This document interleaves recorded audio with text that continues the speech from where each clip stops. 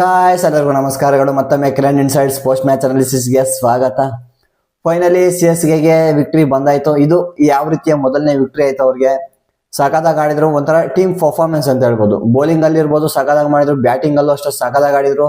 ಏನಾಗಿರೋ D C chase ಮಾಡ್ಬೇಕಂದಾಗ ಸಖತ್ ಕಷ್ಟ ಪಡ್ತಾ ಇದಾರೆ ಇವರು, ಯಾಕಂತ ಗೊತ್ತಿಲ್ಲ. ಒಂಥರ ತಿನ್ಕಾಡ್ತಾ ಇದಾರೆ ಚೇಸ್ ಮಾಡ್ಬೇಕಂದಾಗ.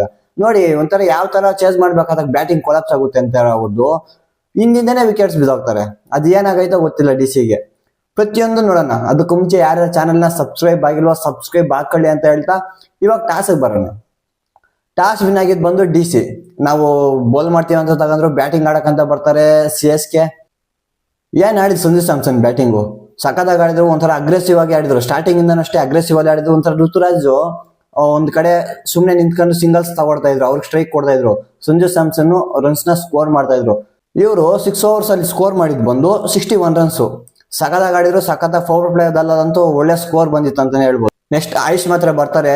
ಲಿಟ್ರಲಿ ಎಷ್ಟು ಚಾನ್ಸಸ್ ಇವ್ರಿಗೆ, 3 chances ಇವತ್ತು ಸಿಗೋದು. ಈ ತರ 3 chances ಬಿಟ್ರೆ ಯಾವ ತರ, ಒಂಥರ ಡೆಲ್ಲಿದು ವರ್ಸ್ಟ್ ಫೀಲ್ಡಿಂಗ್ ಅಂತ ಹೇಳ್ಬೋದು ಇವತ್ತು. ಹೌದು, ಅವರು ಜಸ್ಟ್ 9 runs ನ ಸ್ಕೋರ್ ಮಾಡಿದ್ರು ಅಷ್ಟೇ. ಆಗ್ಲೇನೆ ರನ್ಔಟ್ ಚಾನ್ಸ್ ಇತ್ತು. ಮುಖೇಶ್ ಕುಮಾರ್ ರನ್ಔಟ್ ಮಾಡಕ್ ಆಗ್ಲಿಲ್ಲ. ಮತ್ತೆ ಇವರು ನೆಕ್ಸ್ಟ್ ಓವರ್ ಅಲ್ಲೇ 10th over ಅಲ್ಲೇನೆ ಮತ್ತೆ ಪುಷ್ನೆ ಬಾಲೆ ಅಕ್ಷರ್ ಪಟೇಲ್ ಬೌಲ್ ಮಾಡ್ತಾ ಇರ್ತಾರೆ. ಪುಷ್ನೆ ಬಾಲೆ ರನ್ಔಟ್ ಚಾನ್ಸ್ ಇರುತ್ತೆ. KL ರಾಹುಲ್ಗೆ ಎಸಿತಾರೆ ಬಾಲ್. KL ರಾಹುಲ್ ಗ್ಲೌಸ್ ಇರುತ್ತೆ, ಆದ್ರೂ ಅವ್ರ ಕೈಲಿ ಇಡಕ್ ಆಗಲ್ಲ, ಮಿಸ್ ಮಾಡ್ಬಿಡ್ತಾರೆ. ಅದೊಂದು ಚಾನ್ಸು. ಅದೇ ಓವರ್ ಅಲ್ಲಿ ಸಂಜು ಸ್ಯಾಮ್ಸನ್ 10th over ಅಲ್ಲಿ ಸಂಜು ಸ್ಯಾಮ್ಸನ್ ಅಷ್ಟೇ ಕ್ಯಾಚ್ ಬಿಟ್ಬಿಡ್ತಾರೆ ನಿಶಾಂಕ. ಈ ತರ ಚಾನ್ಸಸ್ ಬಿಟ್ರೆ ಮ್ಯಾಚ್ ವಿನ್ ಆಗೋಕ್ಕಾಗುತ್ತಾ?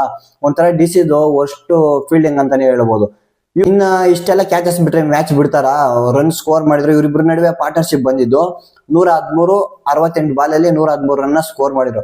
ಸಗದಾಗ ಆಡಿದ್ರು. ಮತ್ತೆ ಇವರು ಆಯುಷ್ ಮಾತ್ರ ರಿಟೈರ್ಡ್ ಕೊಟ್ಟೋದ್ರು. ಮತ್ತೆ ಶಿವಮ್ ದುಬೆ ಬಂದ್ರು. ಶಿವಮ್ ದುಬೆನು ಸ್ವಲ್ಪ ಕ್ಯಾಮ್ಪಿಯನ್ ಆಡಿದ್ರು ಅಂತ ಹೇಳ್ಬೋದು. ಆಯುಷ್ ಮಾತ್ರನು ಅಷ್ಟೇ 27 balls ಅಲ್ಲಿ 15 ಸ್ಕೋರ್ ಮಾಡಿದ್ರು. ಸಂಜು ಸ್ಯಾಮ್ಸನ್ 25 balls ಅಲ್ಲಿ 15 ಕಂಪ್ಲೀಟ್ ಮಾಡಿದ್ರು. ಅದಾದ್ಮೇಲೆ ಅವ್ರಿಗೆ 52 runs ಇದ್ದಾಗ ಅವ್ರಿಗೆ ಚಾನ್ಸ್ ಸಿಗೋದು. ಅಲ್ಲಿ ಕ್ಯಾಚ್ ಡ್ರಾಪ್ ಮಾಡ್ತಾರಾ? ನೆಕ್ಸ್ಟ್ ನೋಡಿ ಆಮೇಲೆ ಚಾನ್ಸೇ ಕೊಡಲ್ಲ.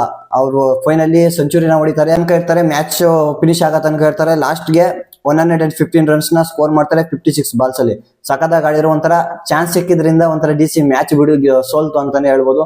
ಇವ್ರಿಗೆ ಈ ತರ ಚಾನ್ಸ್ ಕೊಟ್ರೆ ಯಾರಾದ್ರೂ ಬಿಡ್ತಾರೆ? ಆಯುಷ್ ಮಾತ್ರ 3 chances, ಸಂಜು ಸ್ಯಾಮ್ಸನ್ 1 ಚಾನ್ಸ್. ಮತ್ತೆ ಇವ್ರ ಕಡೆ ಬೌಲಿಂಗ್ ಅಂತ ಬಂದಾಗ ಯಾರು ಪರ್ಫಾರ್ಮೆನ್ಸ್ ಕೊಟ್ಟಿಲ್ಲ. ಎಲ್ಲ ಎಕ್ಸ್ಪೆನ್ಸಿವ್ ಆಗಿದ್ದಾರೆ. ಈ ಬೌಲಿಂಗ್ ಏನು ಹೇಳೋ ಅವಶ್ಯಕತೆ ಇಲ್ಲ, ಎಲ್ಲ ಎಕ್ಸ್ಪೆನ್ಸಿವ್ ಆಗಿದ್ದಾರೆ. ವಿಕೆಟ್ ತೆಗ್ದಿರ್ಬೋದು, ಬಟ್ ಎಕ್ಸ್ಪೆನ್ಸಿವ್ ಆಗಿದ್ದಾರೆ.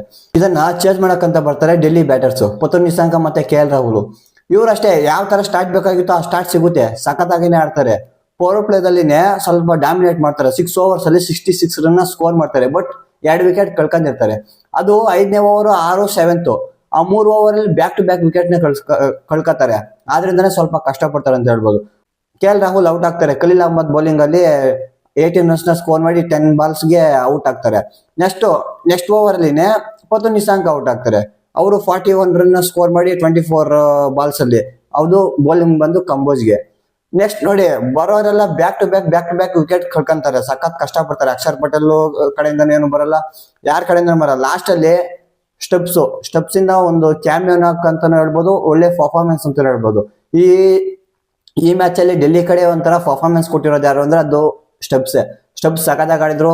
ಲಾಸ್ಟ್ ಅನ್ಕೊಂಡಿದ್ರು, ಲಾಸ್ಟ್ ಮೂಮೆಂಟ್ ಅನ್ಕೊಂಡಿದ್ರು ಏನೋ ವಿನ್ ಮಾಡ್ತಾರೆ ಅನ್ಕೊಂಡ್ರೆ, ಮತ್ತೆ ವಿಕೆಟ್ ಕೊಟ್ಟು ಔಟ್ ಆದ್ರು. ಇವ್ರು ಜಸ್ಟ್ 60 runs ನ ಸ್ಕೋರ್ ಮಾಡಿದ್ರು 38 balls ಅಲ್ಲಿ.